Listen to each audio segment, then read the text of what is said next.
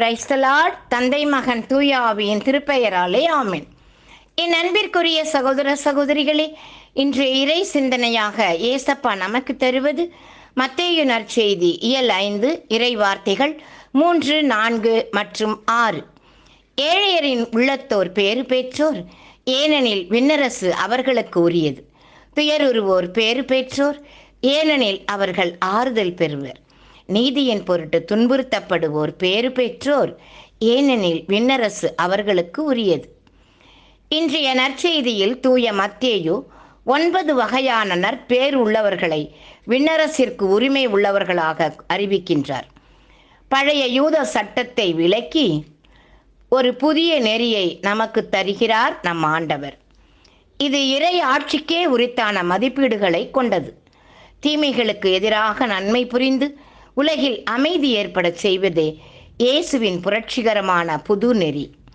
ஏழைகள், பசியால் வருந்துவோர், துன்புறுத்தப்படுபவர், நேர்மையாக உழைக்கும் சாந்த குணம் உள்ளவர், தூய்மையான உள்ளத்தோர், இரக்கமுடையோர், அமைதி ஏற்படுத்துபவர், நீதியை நிலைநாட்டுவோர், இவர்களுக்கு இயேசுவின் அரசில் முதலிடம் தரப்படும். எடுத்துக்காட்டாக மத்தேயு நற்செய்தி இயல் 5 இறை வார்த்தை 9, அமைதி ஏற்படுத்துவோர் பேறு பெற்றோர், ஏனெனில் அவர்கள் கடவுளின் மக்கள் என்று அழைக்கப்படுவர். ஆண்டவரை பற்றி வாழும் அன்பு வாழ்வு அமைதியை ஏற்படுத்தும். ஏழ்மையிலும் பதவி செல்வாக்கிலும் இறை சித்தத்திற்கு நம்மை பணியச் செய்யும். ஒரு நிகழ்வு மே 13, 1981 அன்று பாத்திமா அன்னையின் திருவிழாவை கோலாகலமாக வாடிகன் நகரமே கொண்டாடி கொண்டிருந்தது. நம் அன்பு திருத்தந்தை புனிதர் 2ஆம் ஜான் பால் அவர்கள் 23 வயது துருக்கிய வாலிபன் முகமது அலி அக்கா என்பவரால் திடீரென்று யாரும் எதிர்பாராத வகையில் சுடப்பட்டார். மயங்கி விழுந்த அவரை சில மணி நேரம் கழித்தே மருத்துவமனைக்கு கூட்ட நெரிசல் காரணமாக கொண்டு சென்றார்கள்.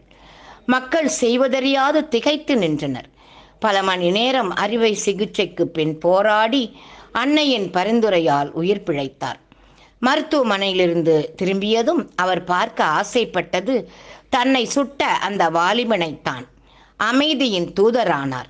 சிறைச்சாலையிலே அவனை சென்று சந்தித்து கைகுலுக்கி அவனை மன்னித்து ஏற்றுக்கொண்டார். அந்த வாலிபனோ மனமுருகி தன் தவற்றிற்காக அழுதான். அன்பானவர்களே, தன்னை சுட்டு கொல்ல வந்தவனை மன்னித்தது, அவனை காணச் சென்று கட்டித் தழுவியது எதனால்? இயேசுவின் மழைப்பொழிவை வாழ்வாக்கி காட்டி 9 நற்பெயர்களையும் பெற்றதால்தான். நாமும் பிறரை அன்பு செய்து மன்னித்து இறைவனோடு இணைந்த வாழ்வில் அமைதி காண்போம். வாருங்கள். இன்றைய புனித பிரிஜித். இவர் கிபி 453 அயர்லாந்தில் ஒரு ஏழை குடும்பத்தில் பிறந்தார். புனித பேட்ரிக்கின் மறையுரையால் கவரப்பட்டு பால் பண்ணை தொழிலை விட்டுவிட்டு துறவரம் புகுந்து அருட்சகோதரி ஆனாள். 7 அருட்சகோதரிகளுடன் கிபி 468 துறவு மடம் ஒன்றை தொடங்கினார். நாடு முழுவதும் தன் துறவு மடங்களை கிளைகளை ஏற்படுத்தினார். அருட்தந்தையர்களும் அருட்கண்ணியர்களும் இணைந்து பணி செய்ய இரட்டை மடம் என்ற துறவு மடத்தை ஏற்படுத்தினார். ஏழை எளிய மக்களுக்கு அன்போடு ஆதரவளித்து பல நன்மைகளை செய்தார். இவர் கிபி 523 விண்ணகம் சென்றார், புனிதரானார். ஜெபம். எங்கள் அன்பு தெய்வமே இறைவா, உம்மை போற்றுகிறோம், புகழ்கிறோம், நன்றி சொல்கிறோம் அப்பா. எங்களுக்கு நீர் தந்திருக்கின்ற எல்லா நன்மைகளுக்காகவும் நன்றி அப்பா.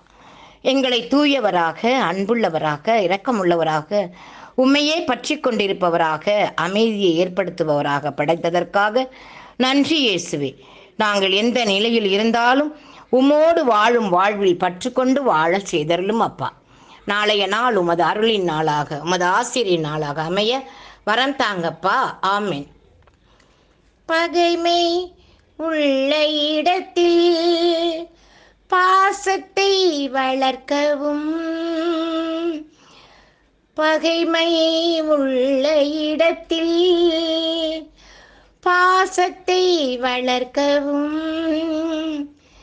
வேதனை நிறைந்த மனதில்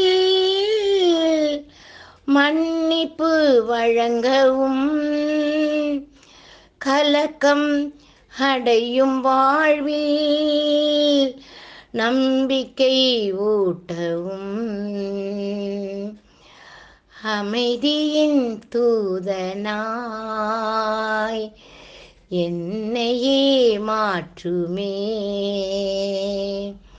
அமைதியின் தூதனாய் என்னையே மாற்றுமே. Praise the Lord. மரியே வாழ்க. ஆமென்.